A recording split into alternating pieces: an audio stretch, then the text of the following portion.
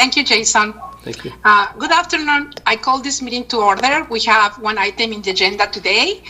Linda and I from Public Works will present the King County Solid Waste team and the representative that will be presenting on the Cedar Hills Support Facility. Thank you, Linda. Thank you, Chair Perez and members of Renton City Council. Today we have a presentation by King County Solid Waste Division. This is in relation to Cedar Hills facility relocation. And they will present various options. One option included in the EIS as an alternative is a site located up near the Renton transfer station, and this is one of the reasons why we have them here for you to hear what the proposal is. And with that, I believe, I haven't looked at the participant list. Just check. Oh, we have Director Pat McLaughlin with us today, Dorian Waller, who's the department liaison, and also Kenyon Louie is going to present the information for you. So with that, I'll turn it over to Kenyon. Great. Thank you, Linda. My name is Kenyon Louie. I am the project manager for the King County Cedar Hill Regional Landfill Site Development and Support Facility Relocation Project. So let me see if I can share my screen here. Share. Just let me know if you can see the PowerPoint slide, okay? Yep. Great. All right, so let me minimize the screen. Okay, so first, I'm here to present the update on our project and to answer any question you may have. Let's go to the next slide. Why is this project needed? So first, the King County Executive and the County Council have ordered the division to maximize the capacity of the Cedar Hill landfill. And then this project was actually approved in the 2019 Comprehensive Solid Waste Management Plan. The current landfill operation is expected to reach capacity in 2028. The current cell that we're filling, namely Area 8, is going to be reaching capacity in 2026, which means we have a little bit more capacity elsewhere that we can go back to. But the current area that we're filling is going to reach capacity by 2026, probably about around mid-year. And also the Solid Waste Division is planning a project to move support facility on the site in order to develop more capacity to develop, which we'll name Area 9, which is the next area that we are planning to fill. One of the options under review is to relocate support facility to county-owned property in Renton, and that's why we're here to present this to you tonight. See, next slide. Whoop. Okay, where are we on the project? We're currently developing the draft environmental impact statement, under which we're reviewing 3 action alternative and a no action alternative to develop the site. Relocating the support facility will be required under any of the action alternatives. And for the relocation options, we have 3 also. One is to relocate in the north, one is to the south, and then one offsite next to our current King County Renton transfer station. In your handout, I believe there is a map showing. Let me see if I can show that. Can you all see the map? With the different areas? No? Okay. Let me see. Let me share that again. This one. How about now? Can you see the map? Great. So this is the overall area in Cedar Hill. Like I mentioned before, this is the Area 8 that we are filling right now where my cursor is. The proposed Area 9 is just right next to it, right east of it, which we are currently naming Area 9. Right now, there are a lot of support facilities. On top of this, our offices, our equipment, our store area are all located right on top of this area right now. So in order to develop this area, we have to relocate those operation facility elsewhere. Also, like I mentioned, one of the option is right here down at the south facility option where this yellow outline is. So just right next to the entrance on the south side of the landfill. The other option is on the north end, which is right around here. This outline here, north facility options. This is another area that we are looking at. And then the off-site option is located in Renton. And this is the vicinity area. Right now, this yellow highlighted area is the existing Renton transfer station, and the purple or the pink highlighted area is the location of the new site that we are evaluating. So that will give you an idea where the site is. This is 405 down here and 169 in this area. Okay, and then in your handout, there is also a zoom-in map with a little more detail about the surrounding of the site. And then the last map that we have in the handout is a rough rendering of what the proposed maintenance facility is going to be located with the parking surrounding it, with the admin building here in the back, where this is the existing transfer station.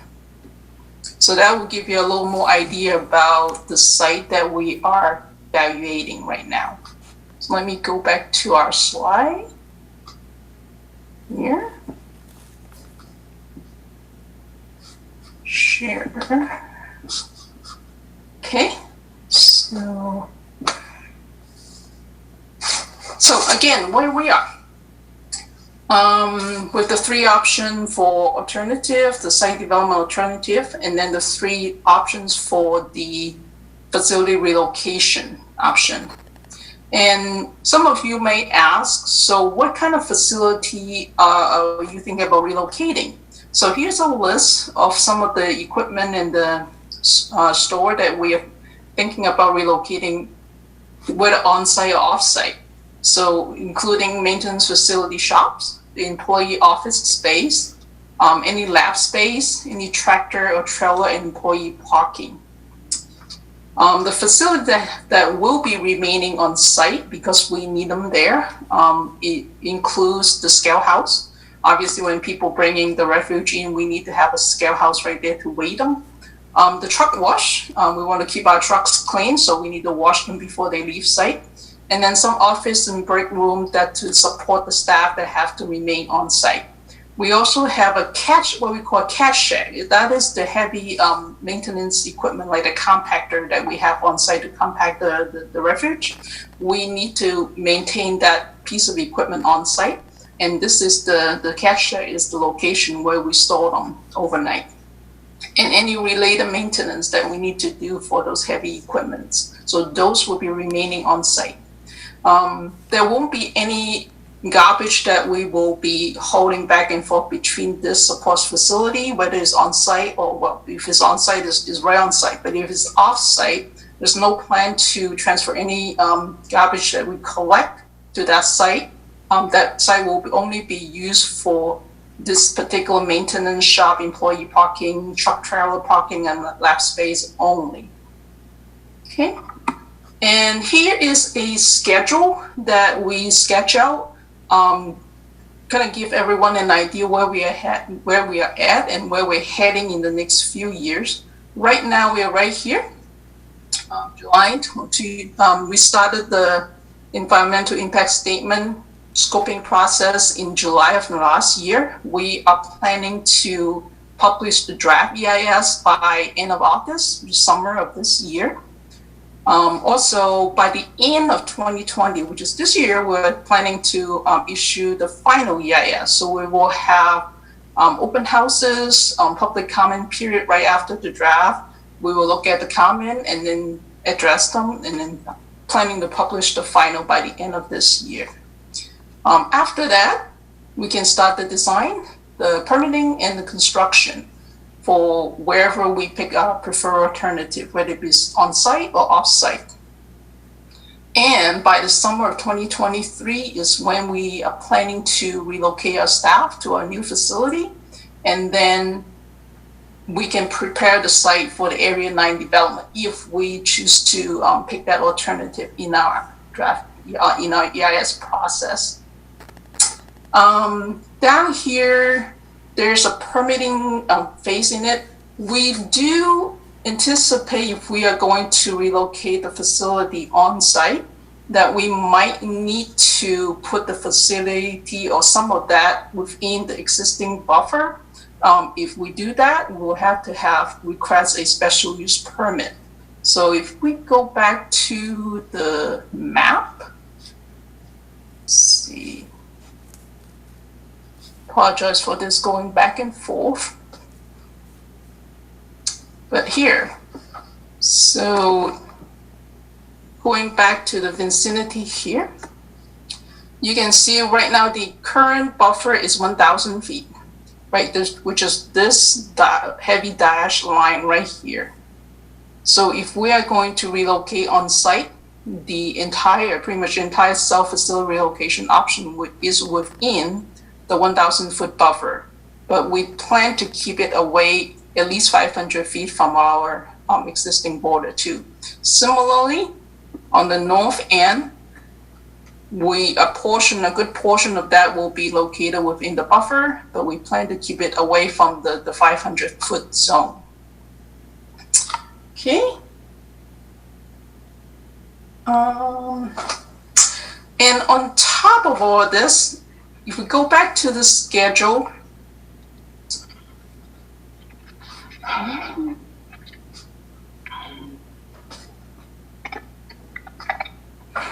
you can see it's a pretty tight schedule, especially after the final EIS is issued and we only have like about 2 years to finish up the design, permitting, and the construction. There's not a whole lot of time. So the division in the county is considering an interim facility relocation options right now.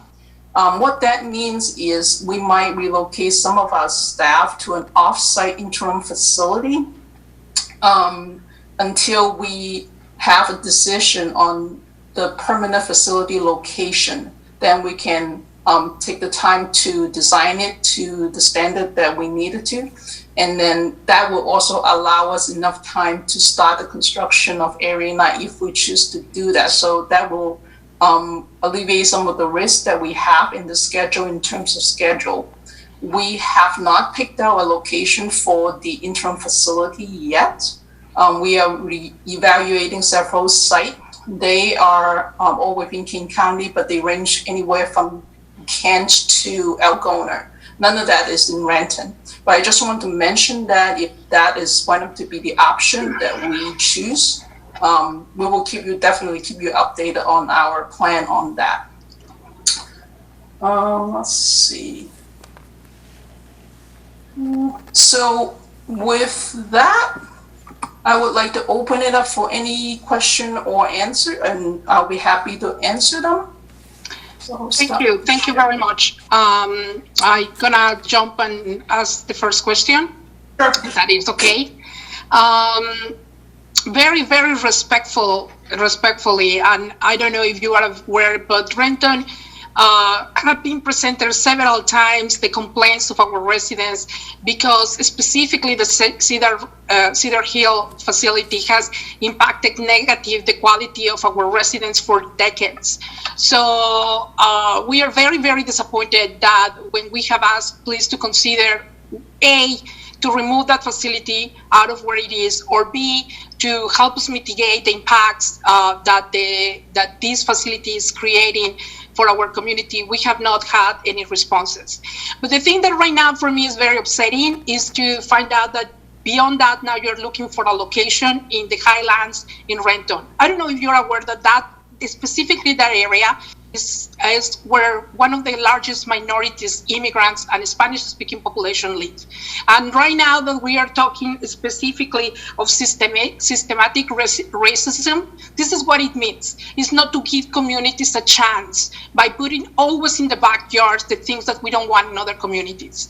I think that Renton has taken their fair share for so many years, and I will appreciate if King County could look in other locations that are outside of Renton for these kind of facilities. Thank you.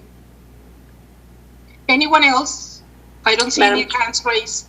Madam Chair. Councilmember O'Halloran. Yes, I actually have several questions. The first is, am I understanding correctly that the Cedar River landfill is only scheduled to be operational through 2028? And does that mean that moving this facility is only going to buy you 2 more years from the projected 2026 Area 8 capacity? Let me answer that question. No, that's not correct. I might have misspoken a little bit. So let me clarify that. Under the current operation, like without any expansion, the existing facility, it will only have capacity at the very latest to about 2028. Okay, that includes the capacity for the cell that we're currently filling, which is Area 8, which will take us to 2026. And then on top of that, we have the option to go back to fill what we call a top lift of several older areas, namely 5, 6, and 7, and close those areas. So those will buy us the 2 years. The site development expansion that we are evaluating right now under the EIS will have 3 different alternative options that will take us ranging anywhere from, I think the least option will buy us for another 7 or 8 years, and the longest option will take us all the way to 2040. So it will be anywhere between 2035 to 2040 under the action alternative of the project that we're currently evaluating under the environmental impact statement. The no action alternative will allow us to go to 2028 for the longest. Hope that clarifies the question. Yeah, thank you. And I do have more questions, but I want others to have a chance. So okay, thank you. Any other question? Well, you might be thinking, I'd like to respond to Madam Perez in regards to concerns for mitigation.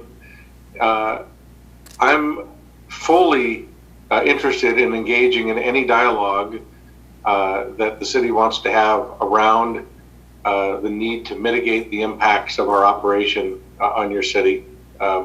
That's relative to the transfer station, it's relative to our general operations as we do transfer waste through your city as we're going through that corridor. I'm not aware of any requests for that dialogue. That's not to say that they haven't been made, just to say I'm not aware of them and I would like to become aware of them. And so I think one action I would like to do out of this, and be happy to initiate that with Linda Knight or whomever you'd like us to understand what mitigation effects you're facing, and we can explore what, if any, options may be available to address those. But that's certainly our responsibility and our desire to, as a host partner city, we take that responsibility very seriously. And I want you to know I'm concerned that you've expressed not being heard in that area.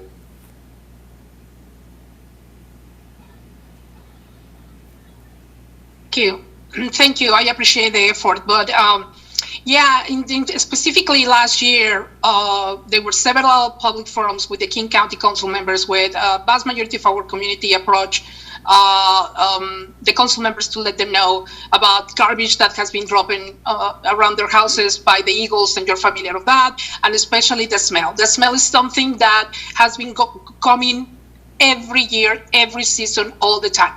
And King County Executive Val Constantine was in a meeting with the residents of Renton, and he said that it was very, very, very, very expensive for the county to engage in any kind of mitigation for the smell, because it's extremely expensive, the technology that is available for that. So that was not even an option.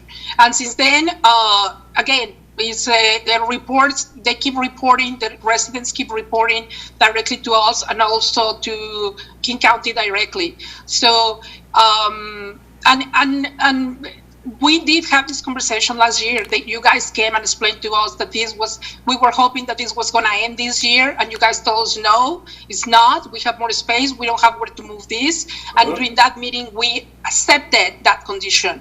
But now trying to locate another facility in Renton, in the same area, I mean, we have been doing our part as partners in the city of Renton, at least that's my belief.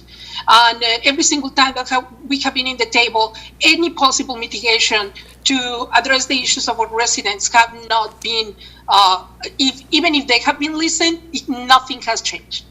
So, but I want to give the opportunity to my colleagues to ask more questions. Council members, do you have any more questions or comments regarding this topic? Yes, ma'am. Council Member O'Halloran. So I live in the Highlands. I'm just about a half a mile from that site.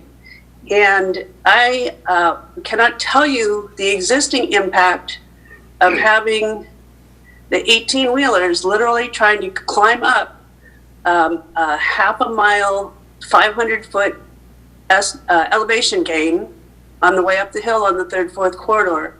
And I would like to understand, if we're storing trucks and trailers at this new proposed facility, how many more truck and trailer trips per day are coming up and down that hill? And please also remember that that is where Renton Technical College is, across the street from that proposed facility. And the impacts to those students in that facility will be unimaginable. Thank you. Thank you, Councilmember O'Halloran, and I completely agree with we as it is. We have a lot of issues in our city with traffic, handling this level of new trucks coming back and forward. I don't even know the impact of the community. And again, I'm very disturbed because this is one of our communities that we have tried to redevelop a lot, and we are trying to help the community.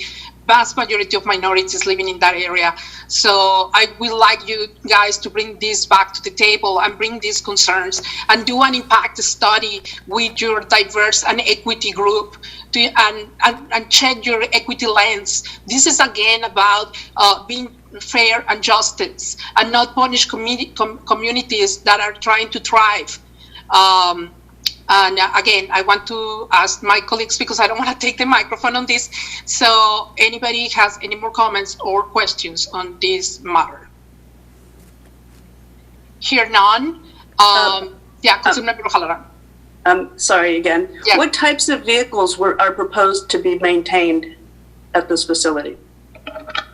Okay, so just to, I do want to go back a little bit to Councilmember O'Hara, one of your concern about traffic, and that's exactly the reason why we're doing the environmental impact statement. Because a part of that study is specifically dedicated about traffic analysis and how some of these alternatives will impact the local traffic. So there is a section that we're currently working on. We don't have the result that I can share with you tonight, but it would definitely be looked at, and the result will be evaluated and documented in the draft EIS that will be forthcoming in a couple months.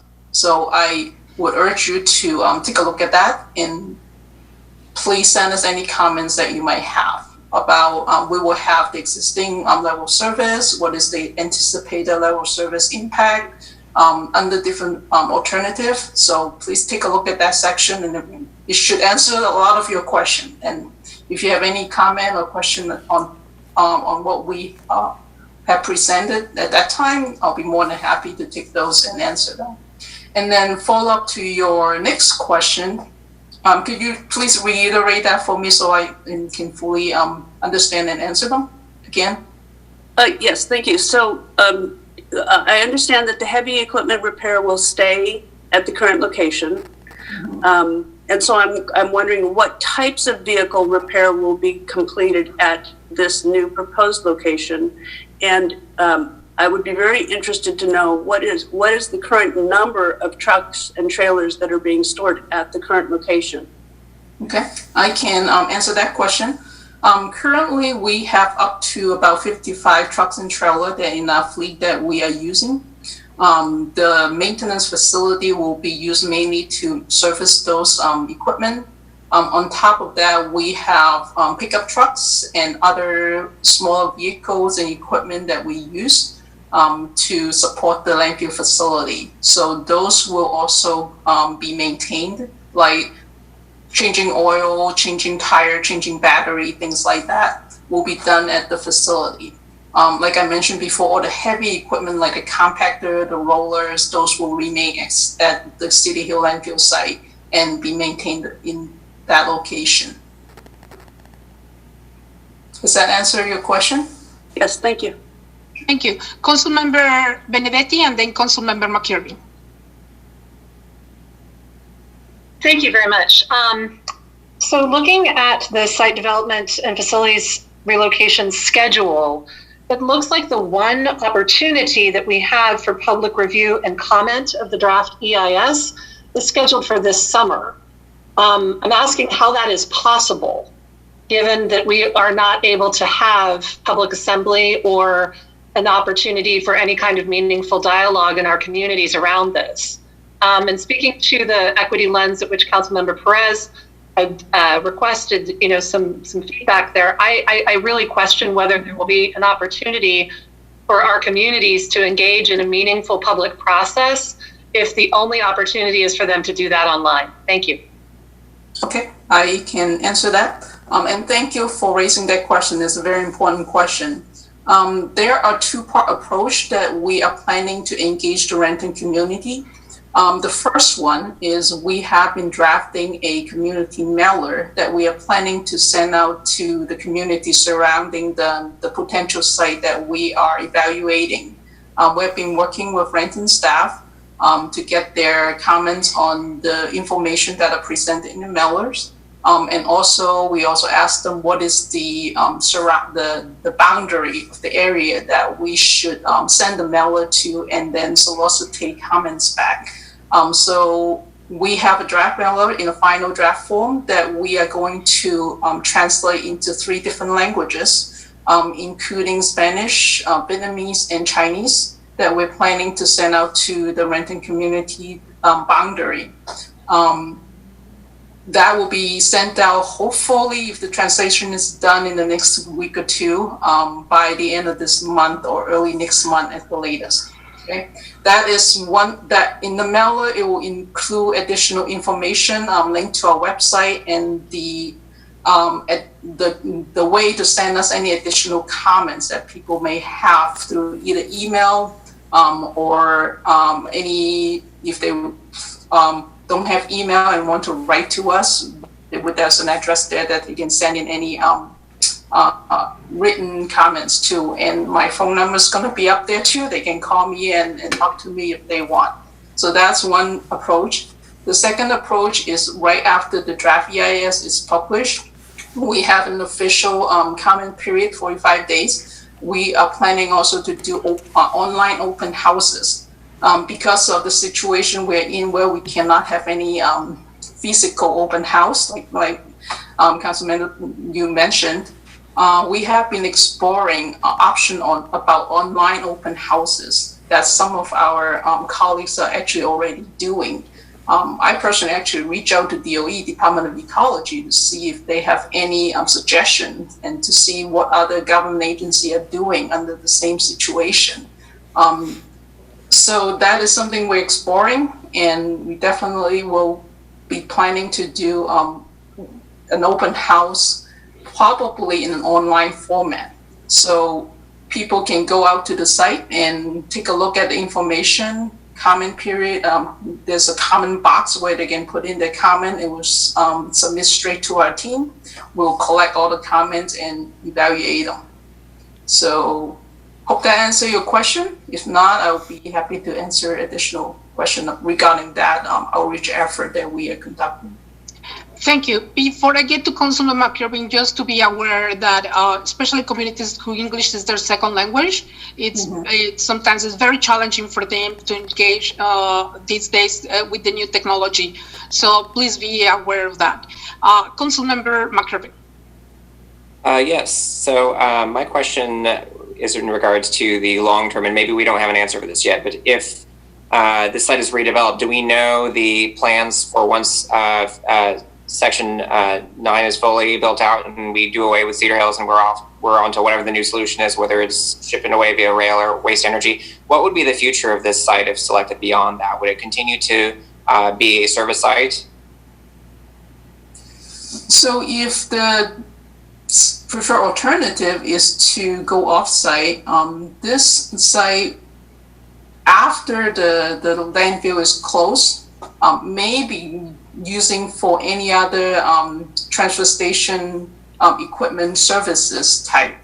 That will be something the county will have to evaluate at that point, because with the need for the operation of the trucks going back and forth obviously will reduce drastically, because we don't have that traffic going back and forth from the transfer station to the landfill site.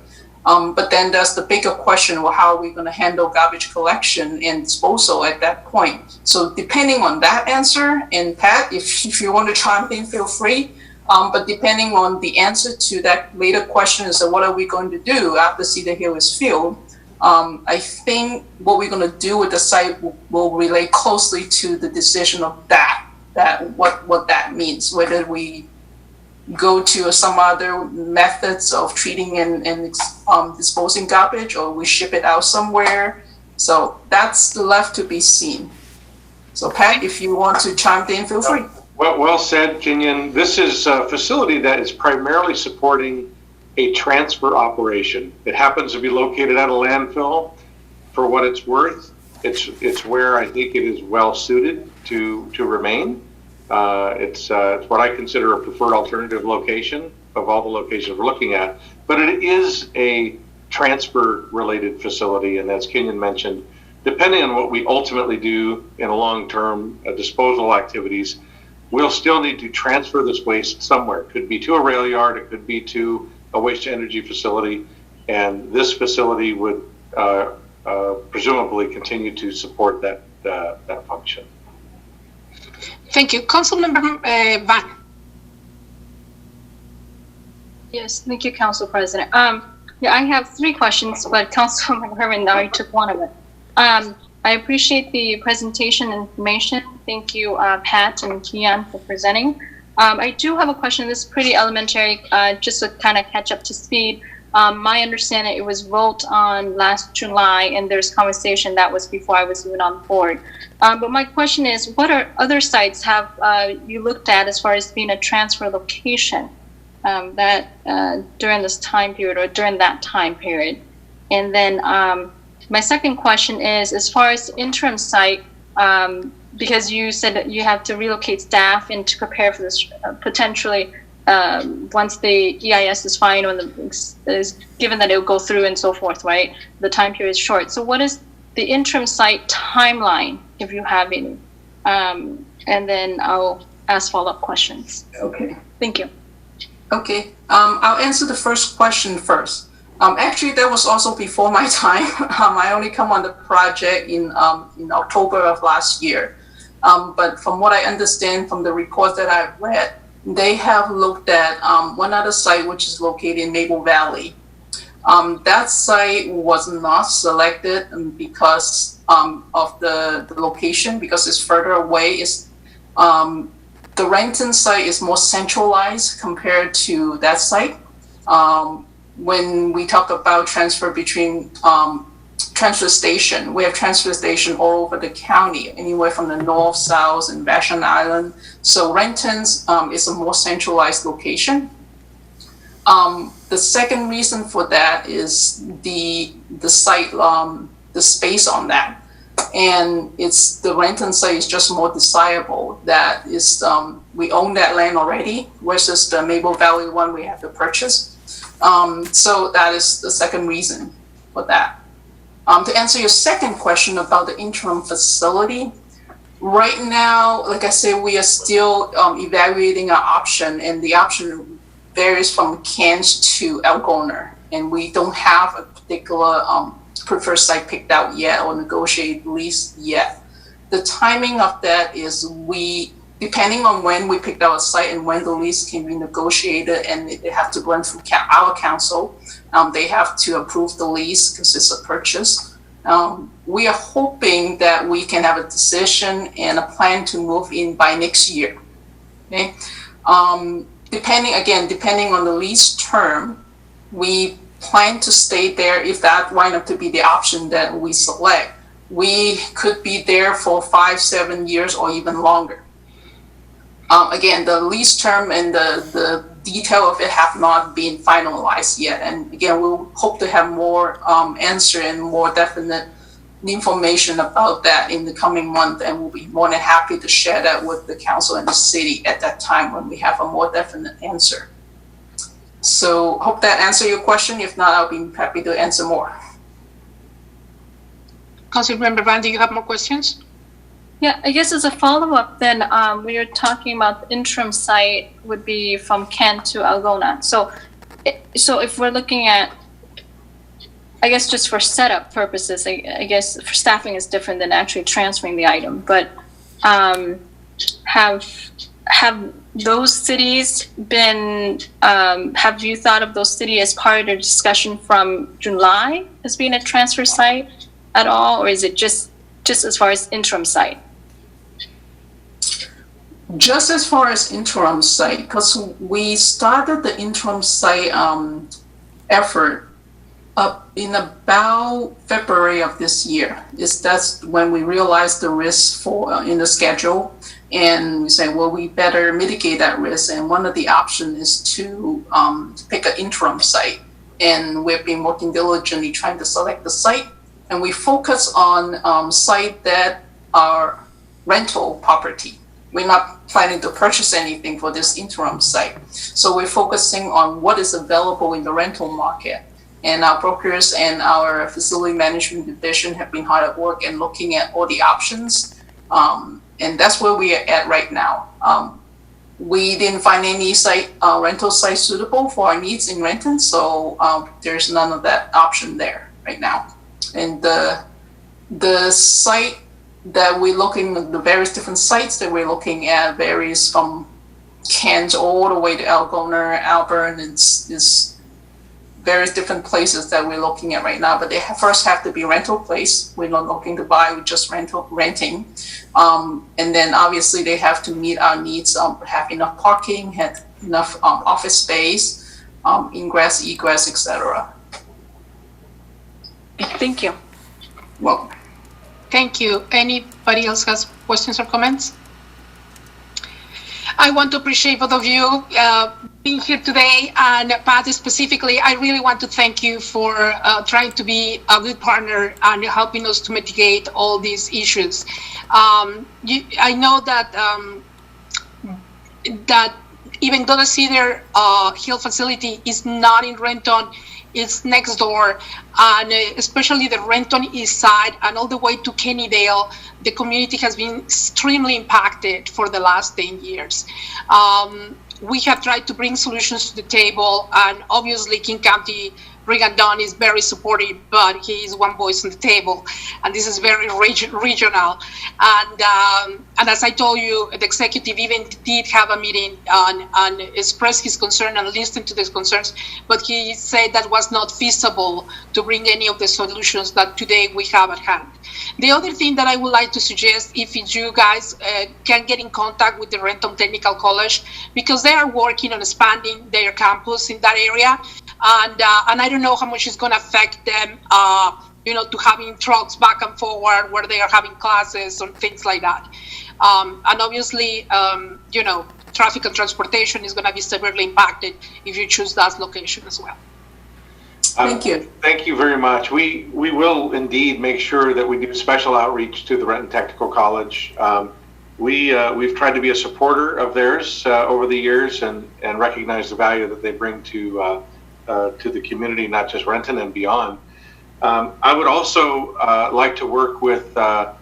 Straka and with Linda Knight to make sure that we can provide additional information on the work that we've been doing to address the community concerns that were raised during the comprehensive plan process. I know there's not time to, and we didn't plan to go through that this evening, so I would like to make sure we can at least follow up either with written information, and if there's interest to have us return and discuss, we'd be happy to share some of the good work that has been done in the last 6 to 8 months to address those concerns and share the results of that work as well.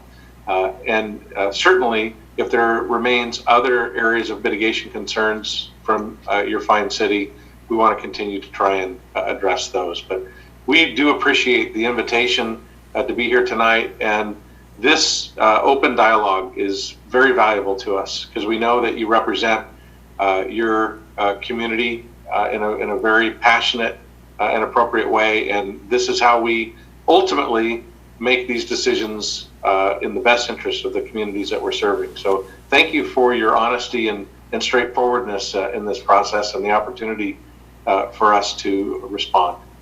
Thank you, Pat. Thank you very much. Councilmember Ojalan has another question, if you allow Yes. it. Thank you. So I also wanted to call attention to the fact that there's a Kaiser Permanente facility right on that hill as well, about 1 block off of the north, 3rd, 4th corridor. There would be an impact to that population as well. And I also would like to understand what kind of compensation would you plan on for our road repair for all of this additional activity coming up and down that very, very steep hill? Thank you.